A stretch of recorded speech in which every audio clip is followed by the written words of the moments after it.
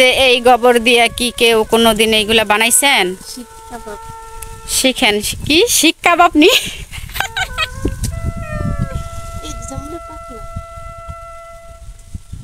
পাতলা হইলে কুড়ে মিশাইয়া বানান লাগে। এই দেখেন আমাদের এখানে এইগুলা তৈরি করে, এইগুলোর নাম হয়েছে মুইড্ডে। আর অনেক দেশে তো ডাইনার দা ধরিয়েই দেখে না। আর আমাদের দেশে দেখেন ডাইনার দা বাওয়ার দা সাইনে সাইনে তৈরি করতেছে কি মুইড্ডে। এই যে একটা আলিশান গরু দেখেন,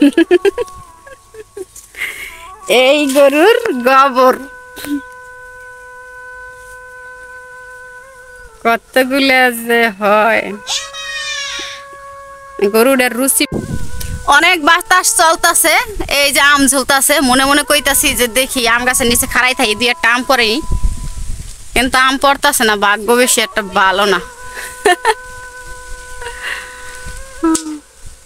সুসা কি হইলো, আমরা তো তগরটা পাইরে খাইতাছি না। আমরা হইলেও মনে কর গাছের নিচে খাড়াই রয়েছি, যদি পরে তইলে খাম তইলে আবার সুসা রইলো কি। আমগুলো অনেক বড় বড়, এই দেখেন সেই, কিন্তু দেখতে যত সুন্দর সেই জিনিস অতটাই খারাপ মানুষে বলে না। তো সেই কথাটা আসলে সত্য। আমগুলা দেখেন দেখতে সেই কত বড় বড়, দেখতে মনে হয় কত যে মিষ্টি হইব। চুকে এমন চুকে, যদি কুত্তাই মুহে দেয় তা হ্যাঁ ফালাইতে ফালাইতে ফালাইতে ফালাইতে দৌড়াইবো, একবারে দৌড়ে যাইতে পারতো না। এই অবস্থা। আমরা এগুলা কেমনে করে খাই? পাকলেও চুকে, আর যদি ই করে তাহলেও চুকে। ওই যে কিছু কথাই আছে না, আগের দিনের মানুষে বলতো আর অন্তরও কালা আর ভিতরও কালা আর উপরেও কালা। এই দশা হয়েছে এই আমের।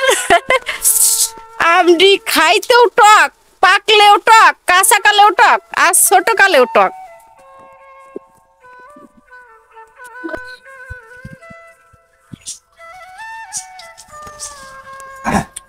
এখানে যার ঘরে যাও তার ঘরে বাদাম, বাদাম আর বাদাম।